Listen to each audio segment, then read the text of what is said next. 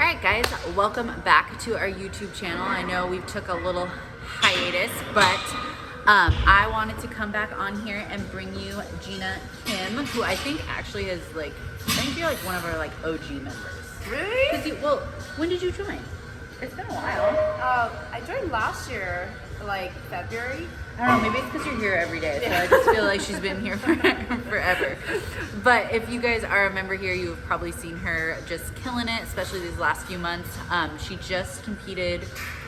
I competed the same day as her, but we were different shows. So what are we, like a week and a half post show, basically? Yeah, like 12 or 13 days.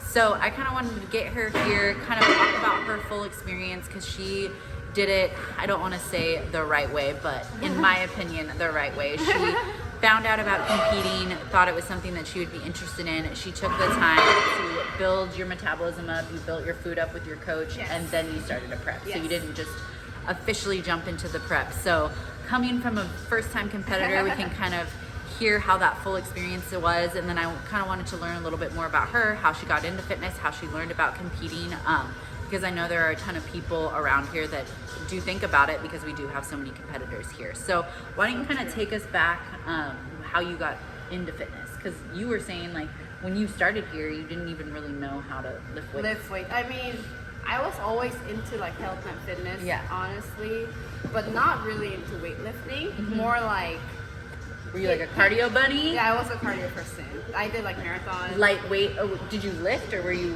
more of a runner? I was more of a runner. Okay. Very hard cardio. You definitely have that body type. Yeah. HIIT training, and I was in Orange Theory for a couple of years. But because of COVID, they started closing, and then very limited sessions, and I was looking for a gym. This gym's breaking the rules. I mean, not necessarily, but just with Orange Theory, it was shorter sessions, so I didn't like it as much anymore. And then, I mean, how I got into bodybuilding was really here. I knew about bodybuilders, and it was on kind of on my bucket list. I think that's how a lot of people start. Oh yeah. I want to try at least once in my life. Yeah. And it was just something that I wanted to cross off the list. Yeah. When I came here, I met so many bodybuilders, and actually did start prep with my coach, and I actually really liked the lifestyle, just every day, not just the show day, but just everything that goes into it. Were you are you a very type A person? Because I feel like those type of people just thrive on the lifestyle, the structure. I need plan, routines, every day. Yes. And when you're in prep, you have daily checklists. Oh yeah, it feels so good. Training, water, all those things. Yeah, I'm that kind of person. Yeah. Maybe that's why I like it so much. But yeah, basically seeing other competitors in this gym really led me to oh, maybe I can do this too. Yeah. And then And how did you land on bikini? Was that what you wanted to do from the beginning, or did you know about bikini before? Or? I didn't know there were different divisions. Yeah.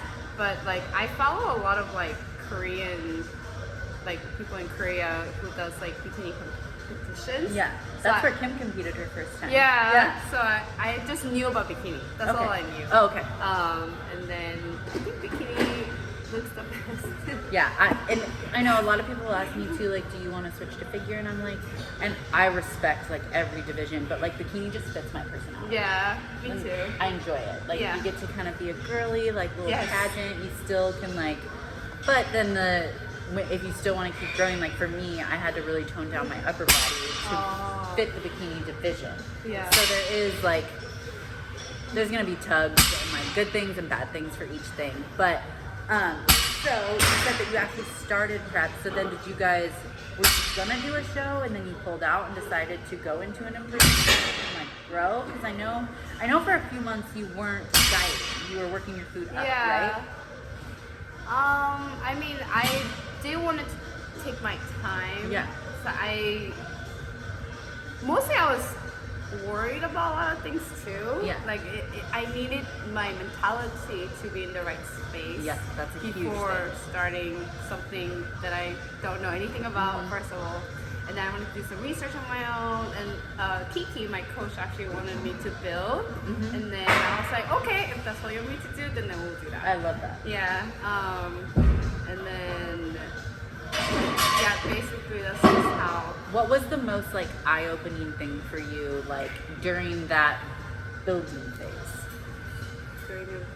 Like, what was the workouts what you were expecting? Was food what you were expecting? Food. Like, were you like, I was like, I have to eat this much every day. Like, I think I did like kind of not complain, but like told Kiki, I was like, I'm full every day. Like, I don't think I can eat this much. Yeah. Like a couple of times, so she had to drop my food a little bit. What was your nutrition like before you started bodybuilding? Like, were you just like a pretty intuitive eater? Like, did you eat? Like, would you consider what you did before healthy? Like, yeah.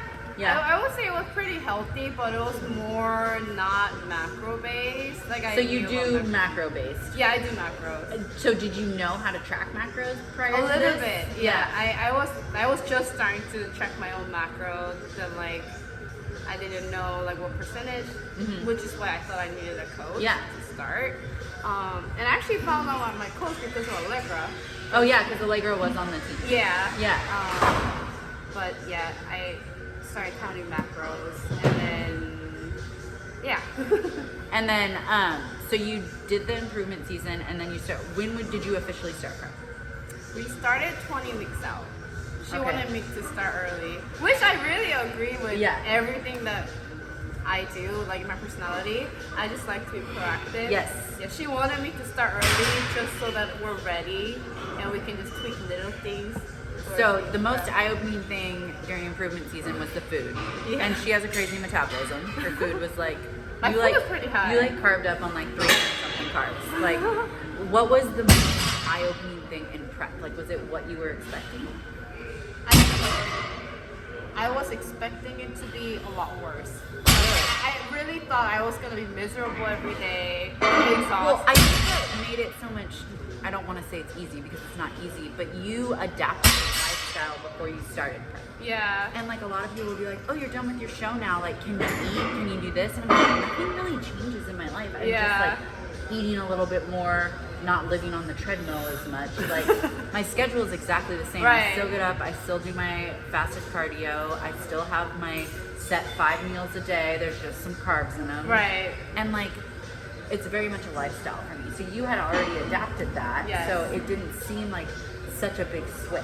Right, I think that's what happened during improvement season. I adapted my lifestyle to kind of the bodybuilding, so like counting macros, hitting the gym like 5 times a week. Yeah. So that was already there, and then, but still, I thought like I've been hearing so many things about how your food is gonna be almost nothing, and you're gonna do cardio a lot, and then so I just thought I was gonna be miserable, and I was actually scared, but.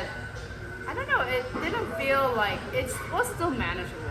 Well, and that also just shows too, like, for example, like, my food does have to get really low. And just how, like, every body's different. And I always tell people, like, don't compare your chapter 13 to someone's chapter 45. Or, like, don't even compare, like, I'll even tell you this too, like, don't compare one prep to another prep. Because every prep is going to be different. Like, every prep. Like, I was saying for you, like, your body was so like fresh this time. Yeah. It didn't like, it was like, okay, it didn't really know. Cause like, had you really dieted before? Like, were you ever part of like diet culture? Yeah. So it's just always, going to be different. And I think the biggest thing, and I preach this with my clients, is like establishing healthy habits, because once you have those habits established, it's just like second nature to you. Yeah. So even if you're eating a little bit less, you're still on that same schedule. You're still prepping your meals. You're still doing your cardio. You're still coming into the gym, doing your workouts. It's just like the amount of time you're here might increase a little bit, and the amount of food you're eating might decrease a little bit, but it's still that same schedule. Right. Yes. And it makes that swap back into improvement season much easier. So now that you're going in to improvement season, like, did you find it was a struggle? Because I know you are married too, and your husband from here, but like, is he into health and fitness? Not really. But he is, because did you find that was like a struggle between you guys, or like think- trying to explain to people? Sorry for the banging. I wouldn't struggle. I mean, he was sad a lot of the times because like we couldn't go out to eat. I was very low on energy all the time. But he was still trying to be supportive throughout, which I really appreciated. So like he would plan things and he would still take me out to go places. And like I have like zero energy, but I'm like, I feel it. That's like trying to still make my life somewhat normal. Yeah. And did your family understand it and things like that? Yeah, they were pretty supportive. Like my mom was worried that I wasn't eating. I went through that too the first time. But then actually sometimes my mom was like, wait, you get to eat all of that? Like that still fits in your plan?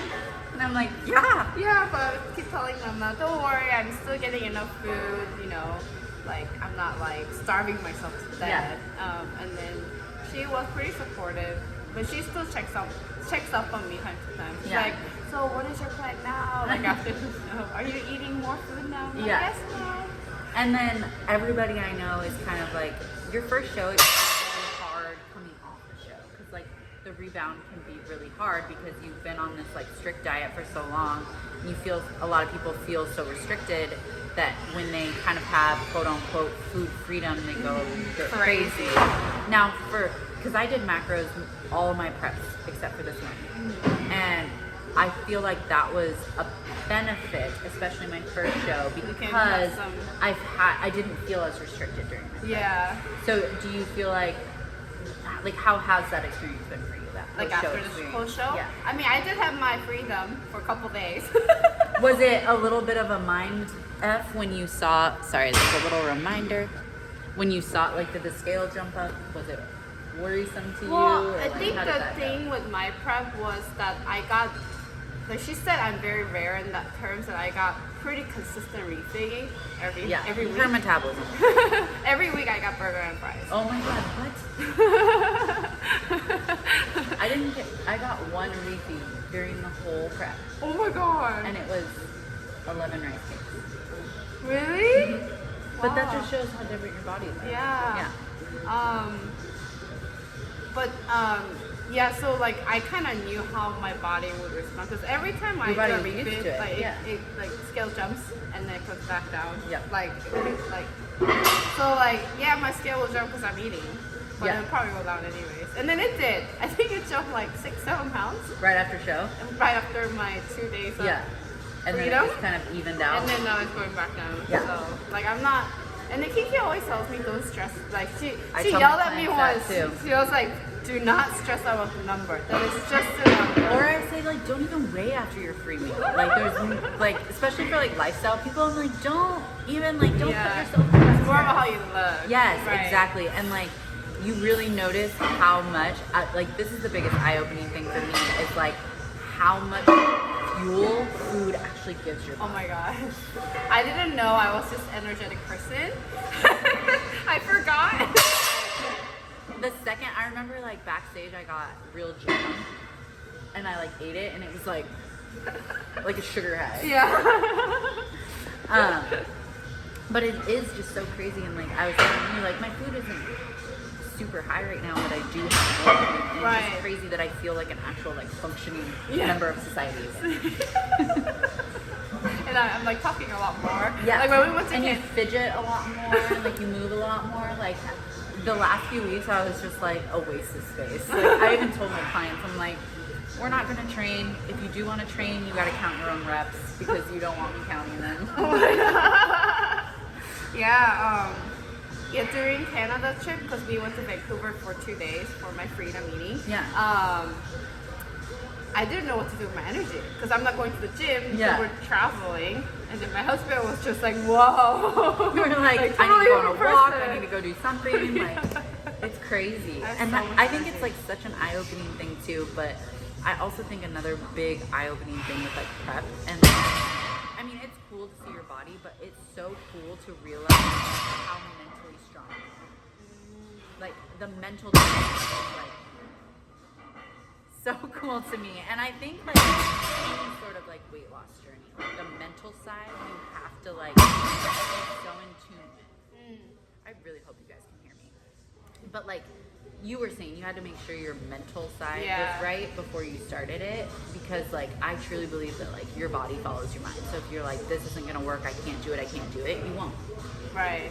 So what would be like your biggest piece of advice of someone that's maybe playing with the idea of competing but like hasn't made the full decision? What would you be your biggest piece of advice for them to see if it's something they want to do?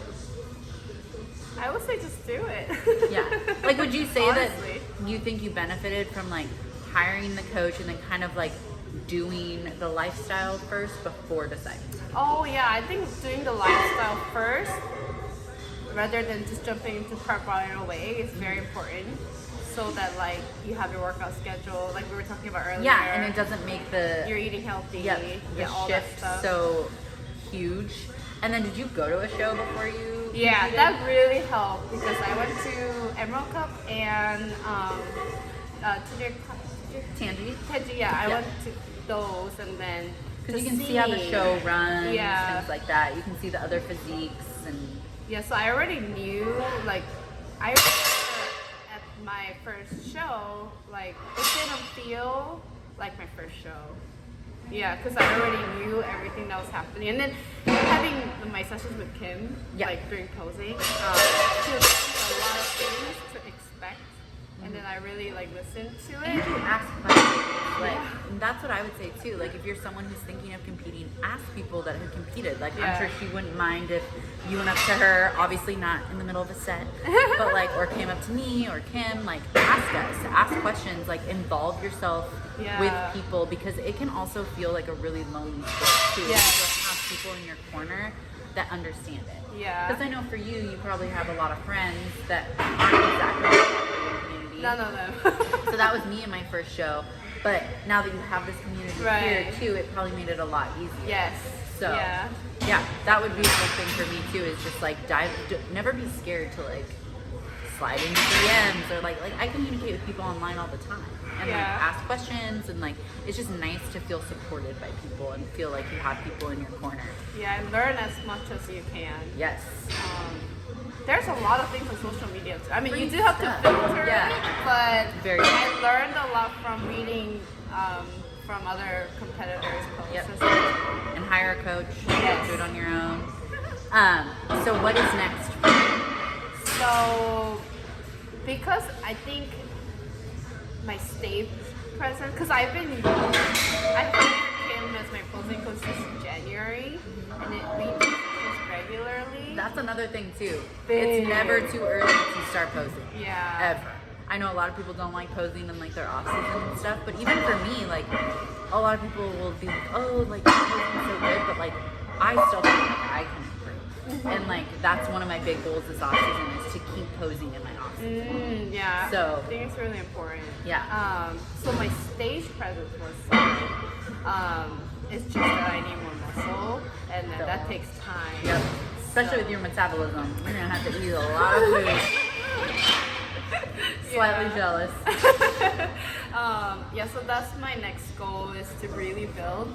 I think during prep, like I was so exhausted every time I went to the gym. Like it was hard to like focus on my muscle connection really, and just most of the time just doing the muscle kicking. You're like, I'm just gonna I'm gonna do what I need to do and 4 get out by of here. 15. And Like, do my cardio. Yeah. So that was the goal. But then now I have so much energy, I can put it into really building. So I'm actually thinking about doing weekly sessions with Kim. cool. Yeah. So improvement season until your coach says that you're ready to. She do it wants again? me to do nationals. This year. No. Oh, okay. Next year, like after we build. Yeah. She was saying maybe junior nationals or USA's, but we'll see. Play it by ear. We'll yeah. see That's how- the best. Like Yeah. that's the best advice I could give too. Like pick a show and have a show in mind, but always know that plans can change. Like if your physique's not ready, you have to be very the, flexible. the stage isn't going anywhere, and don't feel like a failure if like that doesn't happen. Like Yeah. you can never predict how your body's gonna respond. So have a show in mind, because then it gives you a goal, but Right. also be flexible. Yes.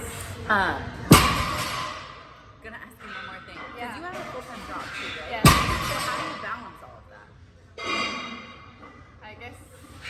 I think it's just a matter of honestly, planning, like how bad do you want it? Yeah, I'm exhausted because I work 12-hour shifts. So are you a nurse? I'm a pharmacist. Oh, pharmacist. Yeah, so like sometimes when I'm doing my 75-minute cardio, I have to go do it before I start my shift. Oh man. But like, it's what it is. I have to Planning do it. ahead. Yeah, just like I literally write my fitness pal every night before Yeah. the next day. The planning is the biggest thing, and then I think it's really just a matter of like, do you want this or not? Yeah. Okay, one last question. Yeah. Since you do macros, Yeah. what was your favorite like diet hack? Favorite diet hack? Like your favorite little recipe you would make that would fit your plan, or like cereal. cereal? Well, not everybody has that. Or like, what would be your biggest craving? Like, if you were super hungry and it wasn't time for you to eat, what would be like your go-to to kind of help you through that? Like for me, I drink a lot of tea. Oh, Or like decaf coffee. Like during prep? Yeah. I think mine was sparkling water. Sparkling water. Yeah, Yeah. the sparkling ice one Yeah. is really good. And then do you have any favorite like recipes Recipe? or like concoction of foods? Not really. Even though I was eating macros, I was Eating the same thing every day. That's the biggest thing I can say too, is like, don't make it overcomplicated, because Yeah, then that's it has to be something you're not simple. going to stick to, because then that just gets stressful. yeah. Oh, But- my favorite half was sriracha. So, oh yeah. Like I put sriracha on my salad. Yes. Sriracha. Okay, you should try this. Sriracha and Dijon mustard. It kind of tastes cheesy, like a Oh. spicy cheese Okay. flavor. I'm I gonna do it on try my ground beef. Like just when you cook it? Yeah, I'll just put the Dijon on the food when I cook it, and I'll like mix it up, and then I put the sriracha on top after it's all cooked. Oh. So I make like kind of like a burger salad, like it's like romaine lettuce, pickles, tomato, ground beef. Oh. You could probably put some carbs in it. I'm gonna have to try that. And then I'll share another recipe I have. It's actually gonna go up on my Instagram here soon, but it's a protein fudge. Oh yeah, I was curious So about that. it's just my vegan protein powder, and then I have chocolate fiber. Oh. So chocolate fiber powder, and I mix it, and then you just add water slowly and mix it until it's like thick. Freeze it for like an hour, Oh, that sounds so and simple. so then it's like frozen. But then like as it thaws out, it's like, Oh, okay. I'm gonna have to try it. yeah, and it's so simple. Yeah. Like, and then you could put like, you could add things in it like chocolate chips and stuff like that too. But like I've just been putting fruit on top of it at night, and like some almond butter. That sounds good. It's so good. It's like such a sweet treat to like end my night with. Yeah. Because like during prep, I didn't have any like protein powders or anything like that. So now it's like a sweet treat to me. Yeah. So Cool. cool. Well, I'm so happy that we got some time to like sit Thank down you. and chat. That was fun. If you guys have any other questions for her or any other topics you want us to touch on, please let us know. But thank you for joining us, and we'll see you guys in the next one.